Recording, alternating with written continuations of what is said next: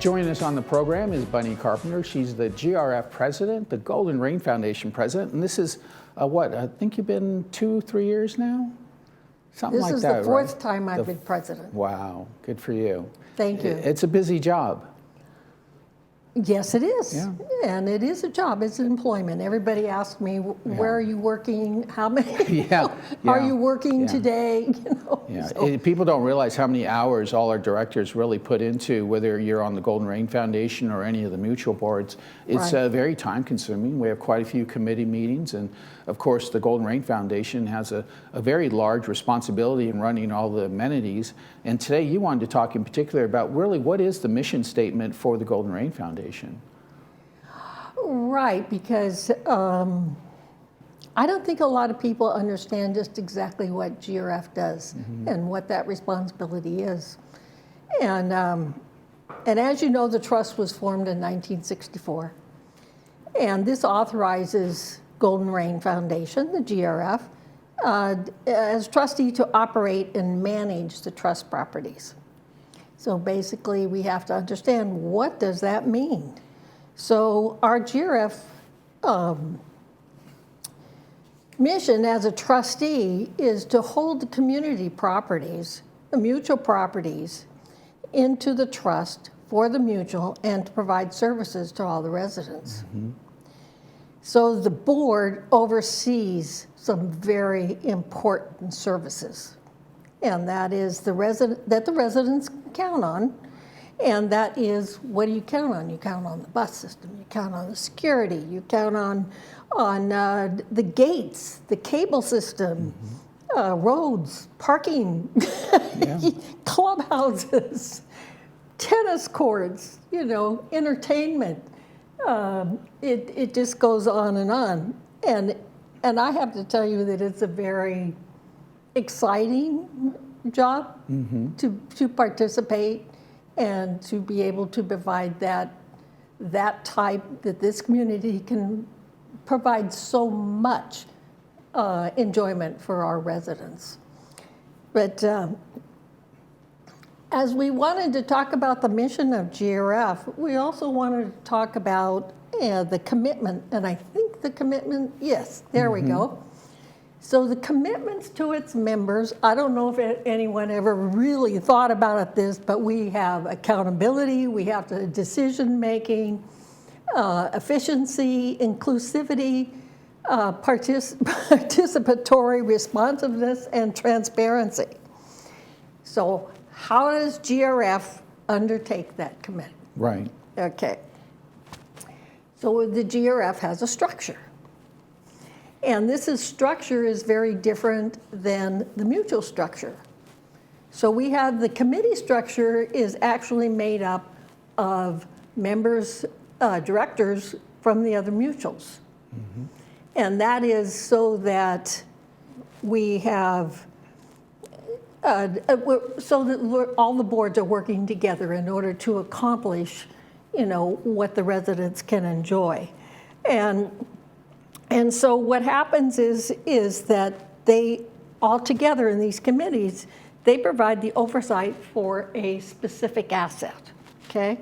So the committees assist the board directors by addressing specific community issues and tasks and serving in an advisory capacity for the benefit of the community. So that's how we get here. We go through the committee before it even comes to the board. So they gather information, assess problems, and they also recommend solutions to the board. And I do have to say the committee does a lot of work, and one of the reasons why I want to talk about this today is because I wanted to encourage residents that if they are interested in a specific area and that they, you know, come to these committee meetings, they're open. And you can really find out what goes on and how the decision-making process is and the research that actually goes on before that committee makes a recommendation to the board. Right. And that's what we found for years now, right? Usually people will show up at the GRF board meeting and then they're all of a sudden astonished by whatever recommendation or discussion is happening when that committee possibly were discussing that for 6 months to even years.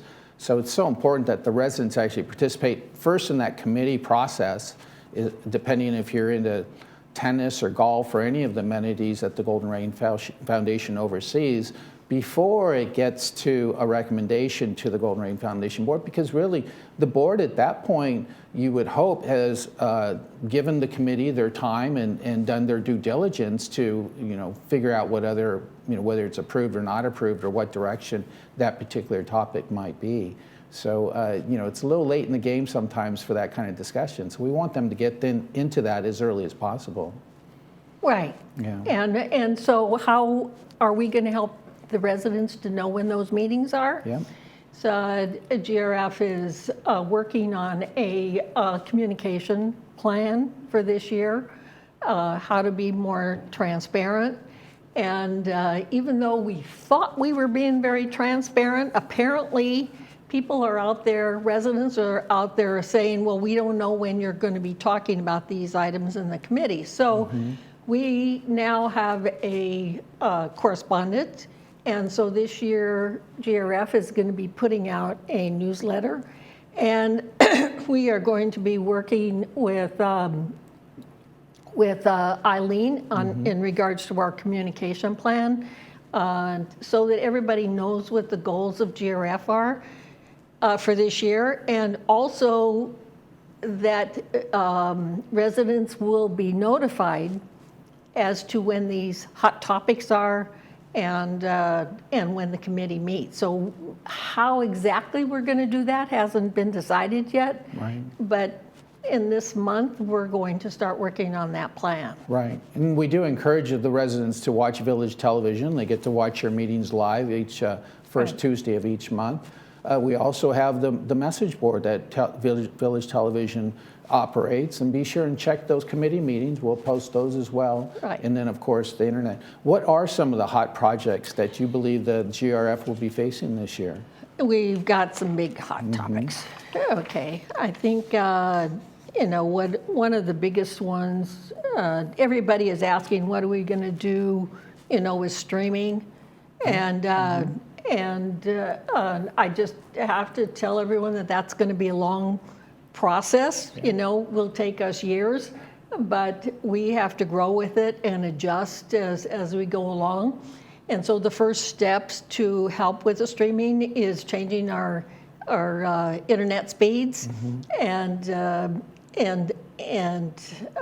if recently GRF passed new rates, and if residents will look, they will see there were new speeds also that will help, with the streaming. So that's the first step. But I don't expect any more changes for this year. But believe me, we're working on it, and Paul is a big part of that. Yeah, there's a lot to do. There's a lot to do. So the next thing that I think is very exciting is the Clubhouse One. They're working on interior design. What we used to do before was GRF had a clubhouse, in reserve like every 10, 20 years. Nothing would get done to these clubhouses until that time came up. So I'm trying to change that business model so that we are working on the clubhouses all the time. Now, mind you, yes, they are doing some maintenance and that sort of thing, but they're not being painted. The floors are not being updated. So this plan is to have a design firm work with us so that we can set standards, and that we will develop a plan so that the clubhouses will be maintained on a more frequent basis. Right. And of course, in landscaping, you really don't hear about it much, but it's a really important. We're on the 4th phase of the irrigation system, and that system will really save water for the community, and that's what we really need at this point in time. And I don't think people have heard enough about the ERP system, okay, and the value that is going to be to the employees and, to the residents. And right now, it's projected that we'll go through the first phase, install the first phase around August and September timeframe. Briefly, what is the ERP system for a lot of our residents that aren't aware of that? It's an operating system, Okay. a technology, as far as the operating system, that Chuck Holland is doing a great job, working with us. We just basically, the GRF works with him, but I have to tell you that he's doing a bang-up job. Good. So, Yeah.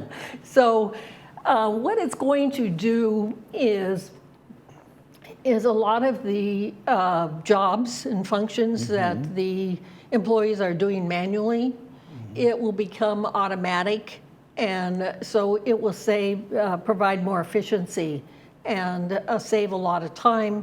Not only that, it will protect our systems, because if you remember, Right. not too long ago, we had a malware, and we don't expect that to ever happen again in this community. But it is our job and GRF's job to make sure that these systems are all kept up so that it doesn't happen. And the system they're using today has actually been around for decades. I believe even a couple of employees actually wrote the code for a lot of the systems that we're using to generate work orders and track all of the many items and work services that we provide here in the community. So this is something it's a big job, and obviously, like you said, it's going to save the community money and time, especially to get these things done in an automated way. So that's nice that they're working on that, and that'll be a big project this year. Yes, it's ongoing. I mean, because when you figure the first phase is financial, and that's this year. But next year, we have to hit all areas like resident service. And the sad thing is, because it does take so long, so it's going to be about 3 years before we actually are able to install something that will work for resident services. Yeah, I imagine there's a huge transition process, because there's so many phone calls and tickets and work orders that come through resident services, especially on a Monday like today. Right. So those things need to just kind of, catch up, and then that way the employees can get those work orders out to all our field representatives. And being able to talk to each other, when you do a project, I can, as a director, go in and see where the project is going. The employees can go and check status, and with an ERP system, it makes it, all those decision makers, it's more accessible to them, rather than doing all the paperwork and writing reports and having to go to the department manager to find out what's going on. Right. So Yeah. it's great. Good. I'm really looking forward to it. Yeah. Now, there was a lot of discussion about Building E just a few months ago. That's also kind of on the table. Yes, and we're looking at a lot of options at this point in time. The end of this month, we expect to have a response to the RFP, and the RFP is for space planning. And when we get the results of space planning, then we can go forward and see what is going to be necessary. But as far as providing space for these employees. In the meantime, we're looking at lease options, okay? We can't leave those employees in there.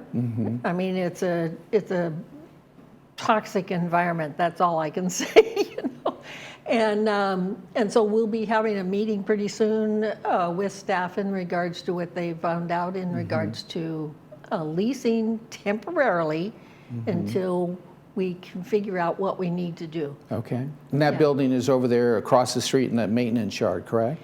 Yes, and I don't think that everybody realizes what happens in that maintenance yard. They need to go over there and look. I mean, it is huge. It's not just Building E. It's the Right. warehouse, it's transportation. We have 400,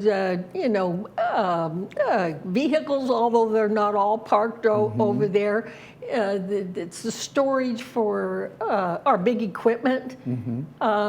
It's a whole operation there. Right. Well, in closing, really, the Golden Rain Foundation is really a city. You know, you all aren't on, it's City Council, but it's the Golden Rain Foundation. But you run, when you look at all the responsibilities that the GRF has when it comes to streets and paving and vehicles and in landscaping, that is something that usually a city will provide to their members or to Yes. their community. And you guys are doing that for the city of Laguna Woods and, of course, for our association. So it's a big job. So you have a lot of things to be responsible for. And, of course, a lot of things need to be discussed with the public as well. So it's a big job. So I think there was a slide in here that showed everybody where they can go. Yeah. We have right there. There you go. Yes. We'll show that real Yeah. quickly. If you go to the website, that's lagunawoodsvillage.com, all you got to do is click on calendars, and you'd be able to see the many committee meetings and the regular meetings that are associated for that month. And it's a good way to keep track of what's going on in your community. And our staff does a good job of keeping that updated. But be sure and check that on a regular basis and get all that information. So thanks so much for joining us today on our thank program. you. We'll see you again on the first Tuesday of each month right here on Village Television. All right, thank you. That's Bunny Carpenter, and she's the president of the Golden Rain Foundation. And be sure and tune in to Village Television on that first Tuesday of each month at 9:30 to watch all of the programs. And you can also view it right on our Village Television YouTube channel. We'll be back with a short break right after this.